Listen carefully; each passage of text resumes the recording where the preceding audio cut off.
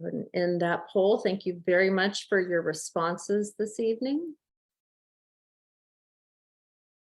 Go ahead and share my screen and we'll start our presentation.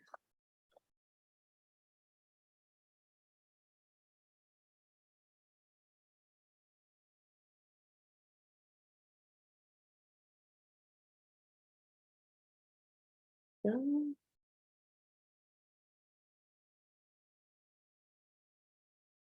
So Vesta, we are a group, we are a collaborative group. We appreciate you coming in this evening to view our presentation webinar tonight, how to handle summer vacation with your divorce. Lots of different interesting things that will happen during the summer that don't happen at other times during the year if you're going through a divorce or even post-divorce. So we're fortunate enough to have Cheryl Woodhouse. She's our therapist here in the Vesta Irvine Hub. Cheryl will be presenting in just a moment. We also have Patricia Van Haren. She is our collaborative divorce attorney and mediator. Elizabeth Johnson, should mediation or collaboration not be successful, handles most of the litigation for our clients. We have the one and only Tommy Evans. He's a mortgage specialist and he is a certified divorce mortgage specialist. Tommy has some very unique ways that he's helped our clients with buyouts and lots of other things. Glenn Crawford, he is our CDFA certified divorce analyst along with Gregory Schmidt, and they are able to assist with valuing different assets within the marriage and handling any of the financial instruments like IRAs, 401ks, and all of the other financial items in between. I'm our real estate agent. I can provide certified market analysis for you. Lots of different things, help you get your home sold, find you a new one, and everything in between. So we'll start out tonight. We'll talk a little bit about reducing stress when the kids are out of school, how custody can affect vacations, creating a plan that works for the family, a little bit on finances and selling your home during the summer and obtaining a mortgage. So we'll get started with our legal disclaimer. The purpose of this program is to provide helpful legal information. It's difficult, if not ill-advised, for our legal professionals to provide detailed, specific legal advice.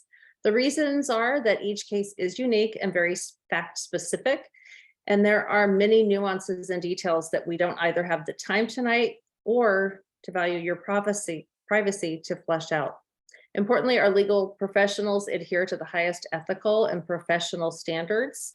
They must be cautious about issues of potential conflict of interest and fulfillment of professional ethical responsibilities in a limited format like this event. With that said, we will do the best to give you important information this evening that will clear some of the confusion and uncertainty regarding divorce. Hopefully, some questions may be better suited. However, some questions may be better suited to a private consultation with one of our legal professionals. We thank you for understanding and hope you will not be offended if your specific questions aren't able to be answered, or it's suggested that you schedule a private consultation. A final note, please understand the legal information given tonight is considered to be educational, informational, and general in nature. The discussion and Q&A exchanges shall not create an attorney-client relationship and does not carry the protections of confidentiality that apply to an attorney-client relationship. And at that, I will go ahead and turn things over to the one and only Cheryl Woodhouse. Thank you, Susan. Hi, everybody. Reducing stress when kids are out of school. As we all know, without divorce in the mix, stress is inevitable when kids are out of school, whether it's summer vacation, winter break, whatever. And so adding another stress level is so more important to focus on because you're going through the process of divorce or coming out of divorce. And we all know that's why we're all here from Vesta to help you to reduce that stress. So if you look at psychology of human nature, we are scared when we're not sure of something. We all like to somehow get answers. So it's what you can't figure out that's going to add more stress to you. And that's why we all have a passion to do what we do with Vesta, is to help all of you out to figure out things faster. It is less costly for you, and it's less costly for your mental health, because anxiety is normal when you feel threatened. So if you're going into summer and you have no idea what your vacation plans are, and you haven't talked to your soon to be ex or your actual ex in the sense of your vacation plans, I'm here to tell you, get out a notebook, start writing down what's in your best interest and what you feel your kids' best interest is for vacation plans. You also want to get prepared on negotiating a win-win situation for you, your kids, as well as your ex, because you don't want to increase conflict during this time. You want to learn how to talk through friendly co-parent, because it's going to cost you time, it's going to cost you money, and unfortunately, it costs a lot of times that kids get to hear both their parents fight, and you don't want to do that. So start planning ahead for anything. I always tell people journal, journal, journal, whether it's you're just starting out your divorce and you're about to meet with all the divorce professionals, or if you're even at the end of your divorce, be prepared. So that's really important. Then so many people come out with, oh, I don't want to be without my kids. What am I going to do for the summer? I've not been alone. Well, that's what therapists and divorce coaches are here for, is to say, there's a lot of things that you can do to cope with the time alone. That's what we're here for, to help you. And that's to look at hobbies you've never considered, reconnecting with friends, whether it be from high school or college, or people you just haven't had time for, or maybe even your family that you haven't rung in a while. You want to look at ways that you can cope and actually enjoy this new chapter in your life. So look at this as, now it's time for me to spend quality time with my kids. Quality time, not necessarily quantity, meaning the amount of time you spend, but the quality and how you spend it.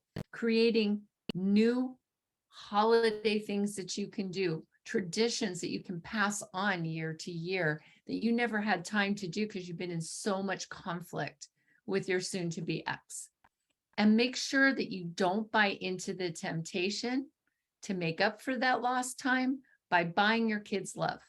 It's not going to help them. It's not going to teach them the right values, and it's not really going to improve your relationship. It's just going to pit you against your ex, and you don't want to get into that battle. So make sure that you sit down with yourself and think about, what would be a real quality way to spend time with my kids when I get to see them, or child. And that's, maybe movies, maybe it's doing some arts and crafts. Anything that you can think of that's creative will help to really join you closer to your child when it's what we call your custodial time. Practice self-care during this time, meaning that this is also your opportunity, when you're not being a mom or your dad to your kids, to have your time. I used to call it me time versus we time. And then there's something called us time. Me time is your own individual time that you develop yourself, your own goals, all the things that help restore you from your exhaustion, your depletion, things you never thought to do to improve your self-esteem. It can be meditation. It can be taking up yoga if you've not done it, but you want to practice self-care while you have the time to do it and you're not taking care of the kids. Also, I strongly recommend that you stay flexible. The more rigid we get, and it has to be our way or the highway, that creates increased conflict in a relationship of any kind. Recognize that you're not always going to get your way in a divorce. You might get some, and you might have to give up some things that you really thought you were going to get.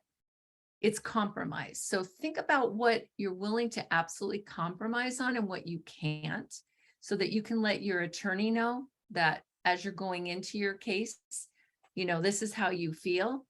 Like I said, you may not get it, but really being aware and being ready to justify why you feel that way. As an example, maybe a certain sporting event, or could be ballet for your child, that it would be detrimental if they don't get that paid for, or the other parent's not allowing it, that would be a way of justifying. The other thing is, a lot of people say, well, I just don't have the friends. I've got all my family, you know, on the other coast or overseas. If you have nobody that you can lean on, there are, you know, certain apps that help to connect you. But if you're not really into that socially and it kind of scares you, you could volunteer. Think about something you're passionate about and something you could help with. You can catch up on old movies that you haven't watched, which I had mentioned before again. Call some old friendships. You know who you're going to really make their day. Maybe they're feeling lonely, and it feels so good when humans connect with one another. Take up a new hobby and work on your own self-improvement. Next slide.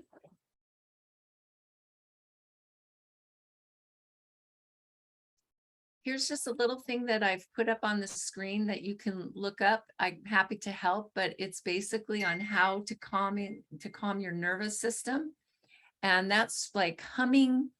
There's a whole long list, and I know that it kind of fell off the screen there, but a whole long list of humming and shaking and exercising and yoga, touch therapy, butterfly hug, squeezing a stress ball, doing art, which you can do with your kids, and laughing. Oh my gosh, it's so important. Laughter is wonderful for the soul. So that's super important for you to do. So that's kind of some ideas. There's so much online that are free that you can just look up and basically utilize that in your repertoire, your toolbox, as I call it. So the last thing that I want to speak about is tips for successfully co-parenting during a summer break. And that is, think about some strategies. And that's, how can you work with your soon-to-be ex-partner? You've known them, you know what works, you know what doesn't work, and you don't want to keep repeating what doesn't work. So if you know that your partner is not going to engage in conversation until you hear them, make sure you hear them. Maybe even stop talking about it and agree to write what you've heard them say, and then you write in turn what the other person says. The other thing that you can do in a couple relationship, whether you're going to get along with them or not, is to write down 3 things that you yourself can do to improve in the communication relationship, and have your partner do the same. Again, you don't have to agree. It's just listening to one another, offer and say, I'm willing to try this, because this will help reduce the conflicts and the disagreements. That's what your goal is right now. Maintaining consistency and stability for your children during this tough time is so very important. Most kids take in, mom and dad are fighting because of something I did, what I said, my behavior. Make sure you reassure them that it's nothing that they did, and reassure them that you're there for them.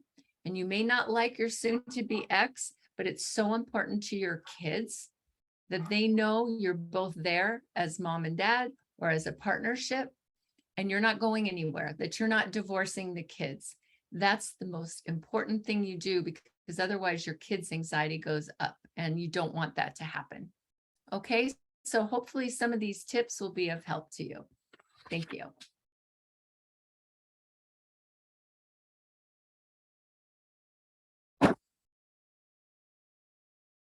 And we'll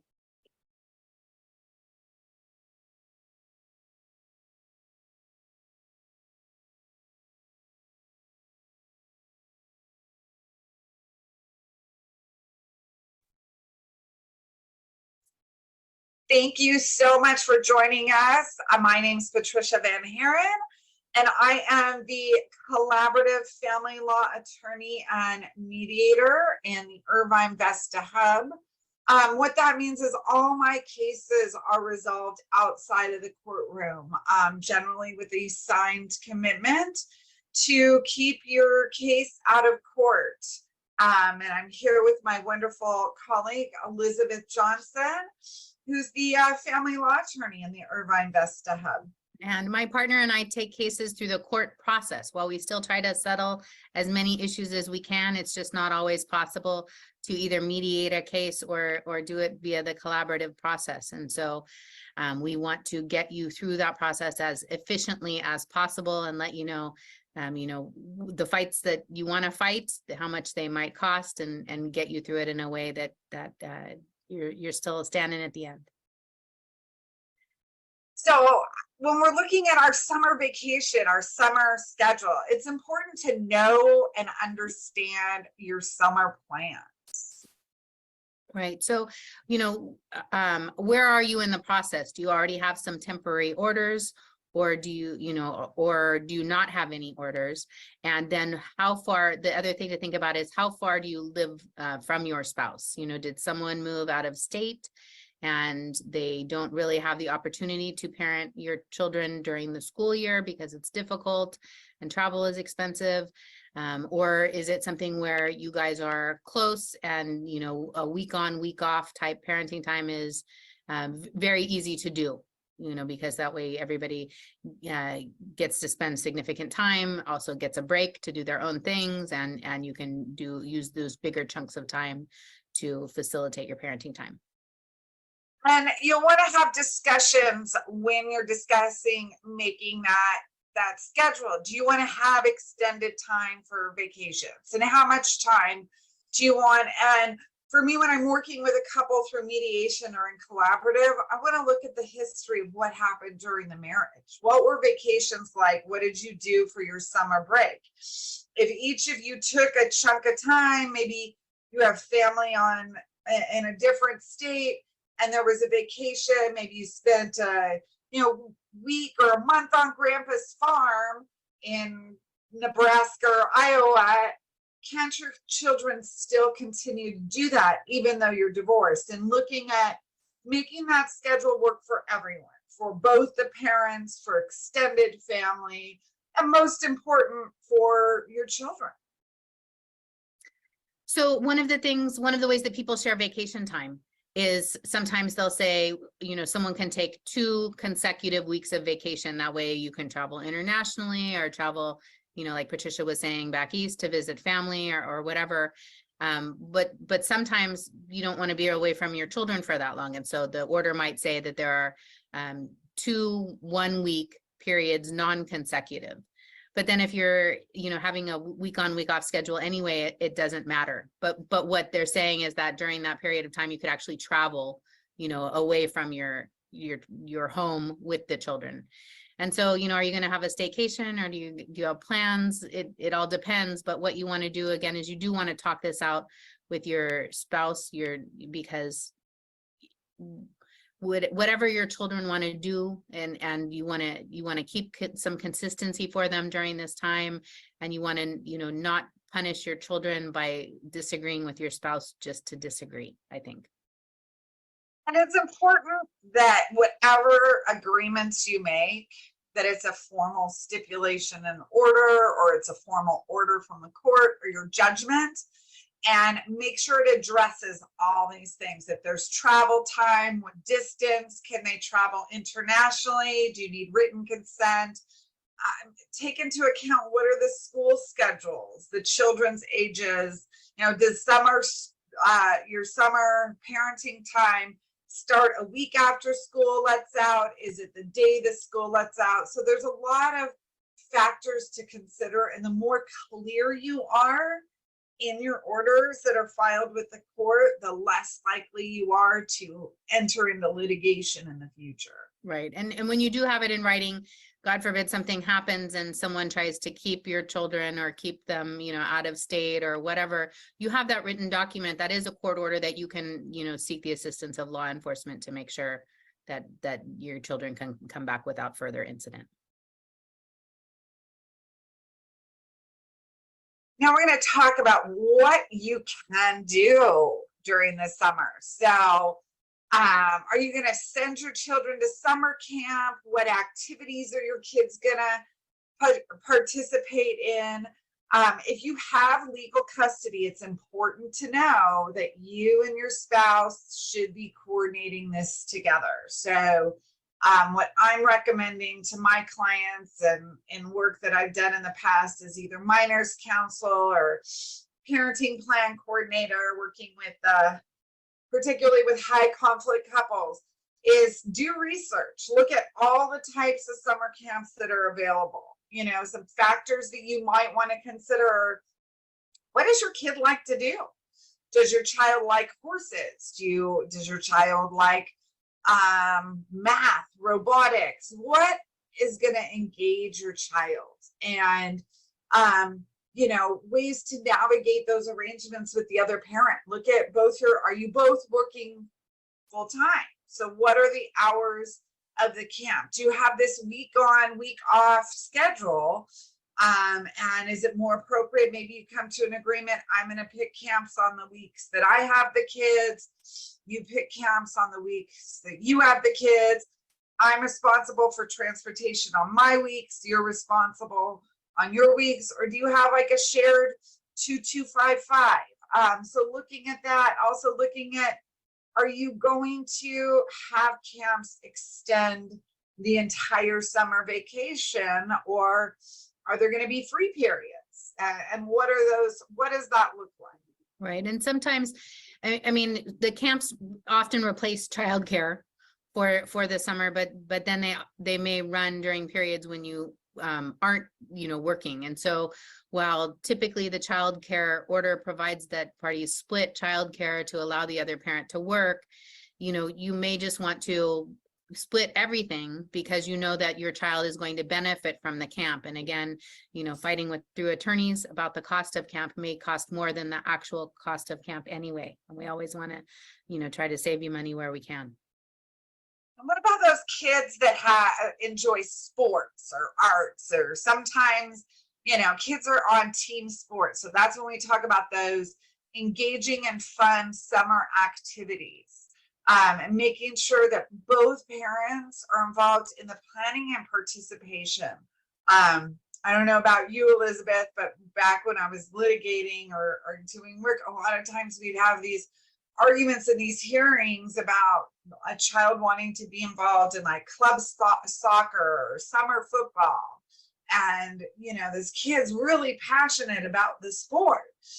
And so as minors counsel, I'm often wondering, why are we in court over an activity that the child loves? Right. Because, at the end, your child may only remember who didn't want them to participate, not any of the other things about it, not remember how good it felt when they were participating. They may only remember that they weren't allowed because it was the rule or someone objected or, whatever.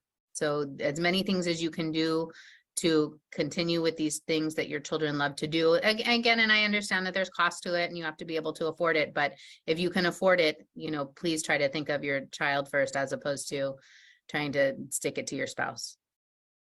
And that's where we look at, fostering that independence in your children.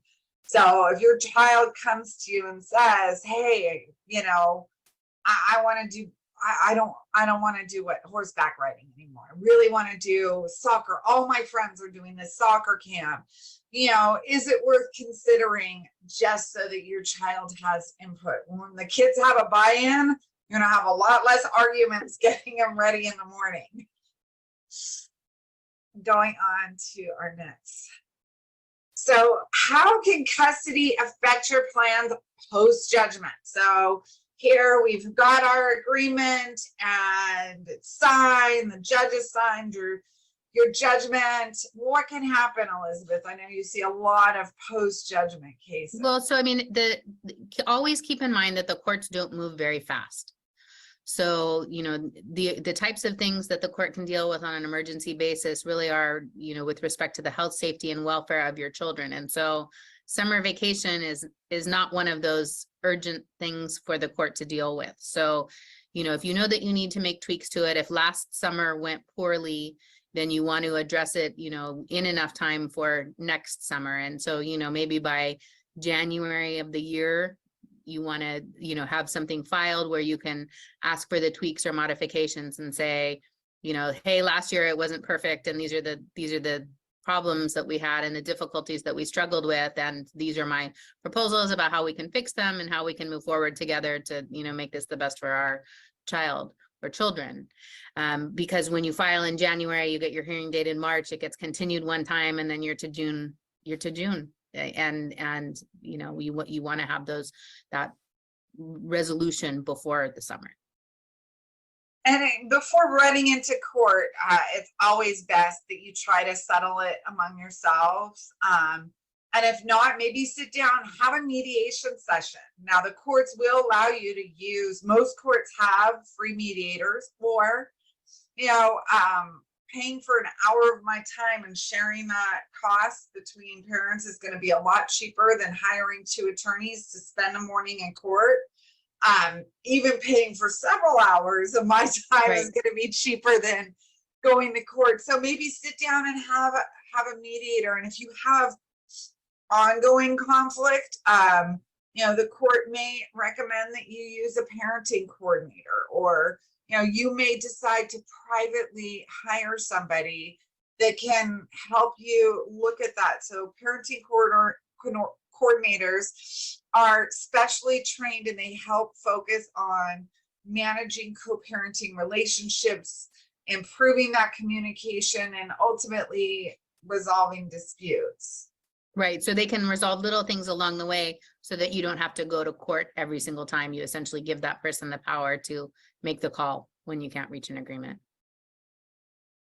And then you're going to want to look at those travel arrangements. So when you're making travel plans, build in time so that okay, if times, the kids are supposed to be back to the other parent at Sunday at 8 a.m., maybe make arrangements so that you're landing on Saturday. So that way, if there are flight delays, there's not that conflict.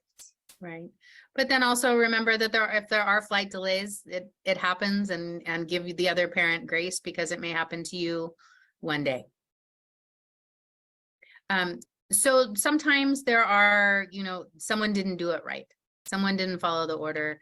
And we look at, what did someone intentionally violate an order, about parenting time or vacation, or, did they hold them past Sunday at 8 a.m. or was it intentional, or was it, through no fault of their own because the flights were delayed and there was nothing they can do. So there are 2 ways to deal with anything going awry. And one is, let's change it. It's not working the way it is, and so let's change it. Or there's, the other parent's actions were so egregious that they should be punished for it. I never liked that way. And the court, I haven't seen the court have, enter a lot of guilty findings of parents for contempt. Contempt is failure to follow the court order, for behavioral parenting time errors. But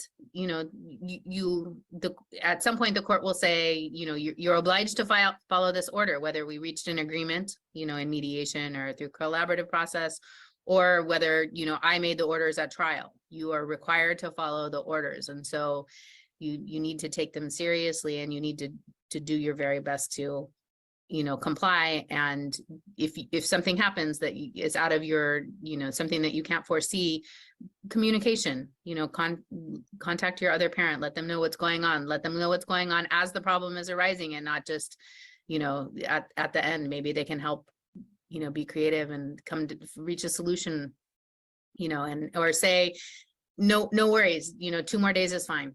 I get it. And then it's resolved, and you don't even have to worry about the other things. So I just think that give each other grace, and do your best to make this time good for your children.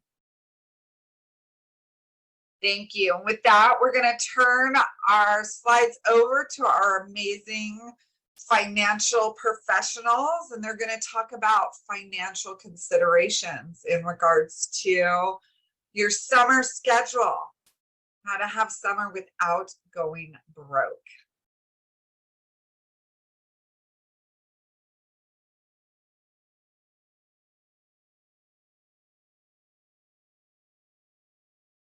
Welcome, everyone, and thank you for being here as we transition back into our live presentation here. Unfortunately, our legal team had some things come up, and so they filmed that earlier today for you guys, just so that you wouldn't miss out. Okay, my name is Gregory Schmidt. I'm a certified divorce financial analyst, and so I am a financial planner. And so I help people in general create their financial plans. I help people understand, hey, what's going on in the world of finance? And that has to do with, insurance. It has to do with investments. It has to do with retirement planning. It has to do with planning to buy a home, all those different things. But what most financial planners do not have is an education in the specific nuances of the divorce process, specifically pertaining to asset division, support, and I do understand some of the legal aspects that go along with those things, because I need to in order to understand the implications of the decisions that you're going to be making as you go through this process. And so, you probably have a financial advisor, but that isn't quite enough. There are a lot of pitfalls that you might fall into if you don't have somebody helping you understand this process. And nobody gets married thinking like, oh yeah, I'm gonna get divorced. Nobody ever really learns about the divorce process until you're in it, and then it's just like drinking from a fire hose. And so we're here to help you understand what you're negotiating over, what are the implications and consequences of the various decisions that you could make. My partner, Glenn Crawford, could not be here tonight. But one of the things that he always says is, everything's negotiable in divorce. And so you can come up with some really creative ways to do things. In California, typically you think of this idea of a community property state. Everything's getting split in half. And so while that's true in theory, very rarely do we see people literally splitting everything in half. And some really obvious examples of how that is unlikely is, well, you're not going to take some chalk and draw a line down the middle of the marital home and say, all right, you get that half and I get this half, right? And you're not going to divide the pet and stuff like that. And so when it comes to asset division specifically, we try to create scenarios that leave each spouse with the assets that have the characteristics that are going to best support their life after divorce. And so regardless of whether or not you're the person that handles the finances or you don't want to talk about finances, we're here to help. And I think that there's a lot of value to speaking to somebody like me, who is a CDFA, regardless of your financial acumen. When it comes to the summertime and making your way through it and doing it the best way possible, we heard Cheryl talk about it. Don't try and buy your kids loves with lavish vacations or anything else. That's a big thing. Don't overspend. What's going to end up happening inevitably, regardless of your situation, is you're going to take the resources that were meant to support a single household, and you're going to now need to support two households with the same number of resources. And so overspending can be a huge misstep. And that's not to say that you can't spend your money the way that you want. It's just that, there is this idea that there's going to be less available to you, regardless of whether or not you are the primary breadwinner or not. And so it's really important to just kind of have that in mind whenever you're making financial decisions in the process. Child support, how is it calculated? So a huge piece of the child support puzzle is custody. And what is that custody division? Child support numbers for an 80-20 custody situation are wildly different than a 50-50 situation. And so, that's a really big piece of the puzzle. And so some parents may have more time to spend with the kids, and it may make sense that, your co-parenting plan has an uneven custody distribution, especially in summer when, the kids need more attention. They're not going to be at school all day. So somebody has to be with them. And so the difference between child support and temporary child support is assigned during the process. Okay, so we call it temporary and permanent, but permanent isn't really permanent. It's really until your kids reach the age of majority or until you agree that you want to, be supporting them. And so part of how things are calculated involves you can get more in the weeds about what type of childcare expenses exist, whether that's like camps and all the kind of stuff that we just talked about. You can get pretty detailed in terms of, how that stuff gets handled, and it can be all taken into account in the formula for calculating what child support is going to be. And so, again, this is where the value of working with divorce professionals really shines, is, your typical financial advisor isn't going to know that. And so we can help you with your specific situation and help you kind of, suss out what the appropriate child support number is going to be. Spousal support. Again, spousal support is going to depend largely on earning capacity, marital expectations, right? So what was the lifestyle expectation during the marriage? These types of things. Again, the difference between temporary and permanent spousal support really is just temporary spousal support, or alimony, known as alimony in a lot of other states. Temporary spousal support happens from when you file to when your judgment is complete and you are now divorced. And then permanent spousal support, which is rarely permanent, happens from the judgment forward, however long that may be. Okay, so debt and spending is a big deal, and it kind of goes back to A, which is don't overspend on stuff, lavish vacations because it's summertime, but just don't overspend on stuff, period. Because once you file for divorce, what happens is automatic temporary restraining orders are put in place such that you can't take community or marital resources and spend them frivolously. You have a fiduciary duty to the community, which is the marital enterprise. It's just another way of saying that. It's the California term for it.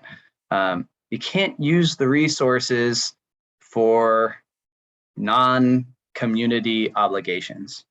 And so obviously taking care of the kids, that's a community obligation, paying your mortgage, making sure that your bills are paid. All those things are fiduciary obligations that you have to the community. But, going on a lavish vacation may not be considered that. And in asset division, you may need to pay the community back for those types of, I don't really want to use the word frivolous, but those kind of extra expenses that you kind of went out of your way. You're like, I'm gonna go the extra mile and spend extra money on something. And so that's really important to note, because you see it semi-frequently that people end up doing those sorts of things because you're going through a hard time. Maybe you just need to get away, all those kinds of things. And so, you just want to be careful and make sure that you're not kind of going overboard, because there can be consequences and repercussions from those types of decisions. Assets. So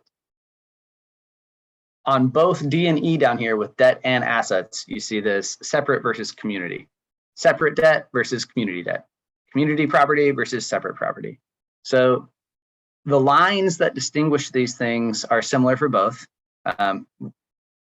From the date of marriage to the date of separation, whatever you kind of earn or incur, right? So whatever assets you acquire during the marriage, from date of marriage to date of separation, that's a community asset, okay? Similarly for debt, anything that you incur during the marriage from date of marriage to date of separation, that's community debt. And so it's the obligation of the community to make sure that that debt's being taken care of. Now, separate debt could have been a student loan that you incurred prior to the marriage, right? That might be separate debt. Or separate debt might be credit card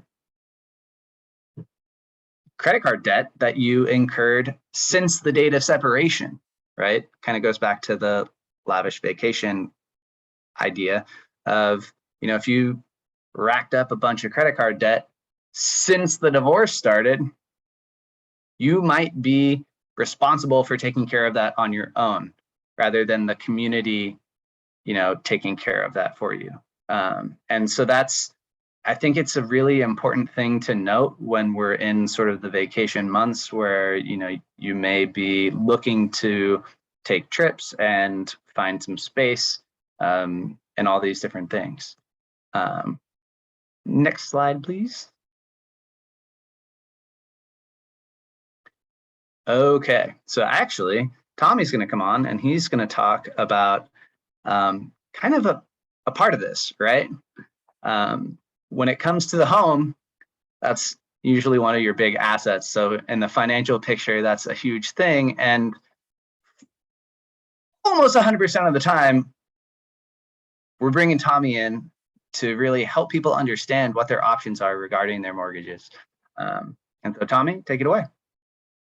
Thanks, Greg. Yeah, so, Greg kind of touched on a couple of these points, but, when it comes to the mortgage, you want to make sure that, we're keeping your spending in check. And so, if you're looking at going on a vacation and you're taking the kids, the best thing that you can do on a vacation with your family, put your cell phone away, just spend that quality time one-on-one with you and your kids. And it's not about, who buys what, who spends more. It's that time together that is really going to be the most meaningful thing that you can do for your children. There is nothing more important than having that time with your children, and especially this day and age with everybody out there trying to keep up with the Jones and outdo each other.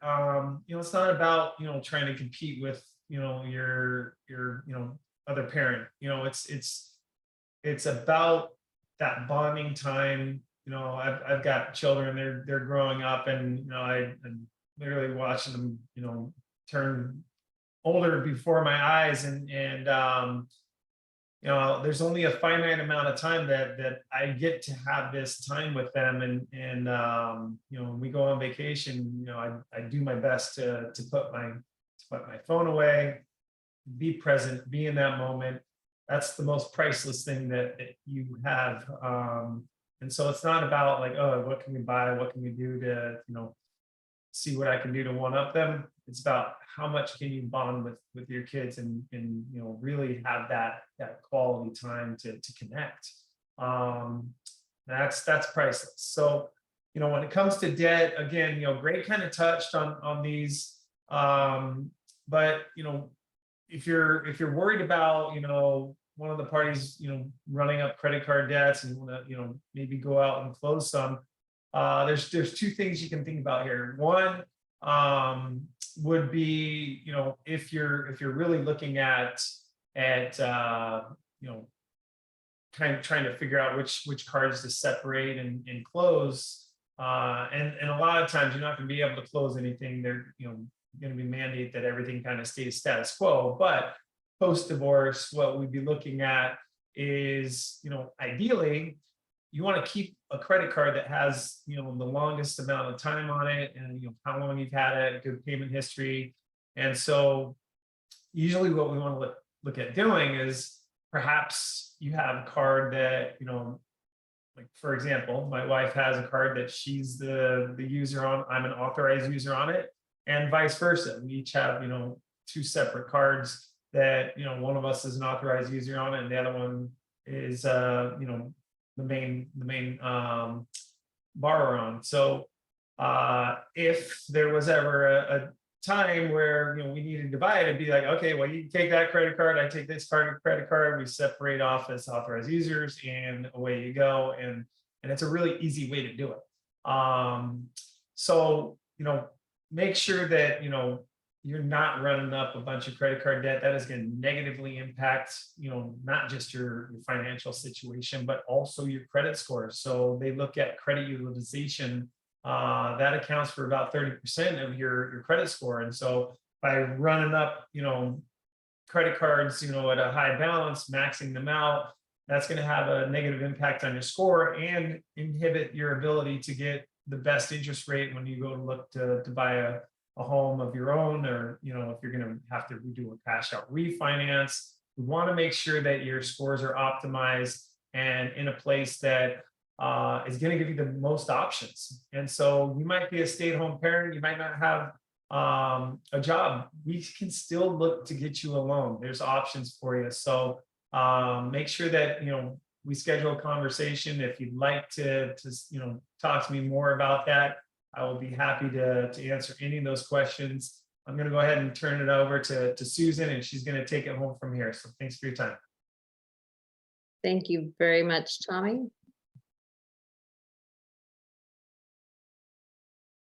Looks, I might have missed a slide here.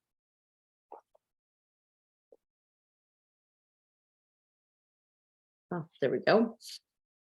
Selling your home during the summer break. So one of the things that occurs during summer is that kids are obviously home from school.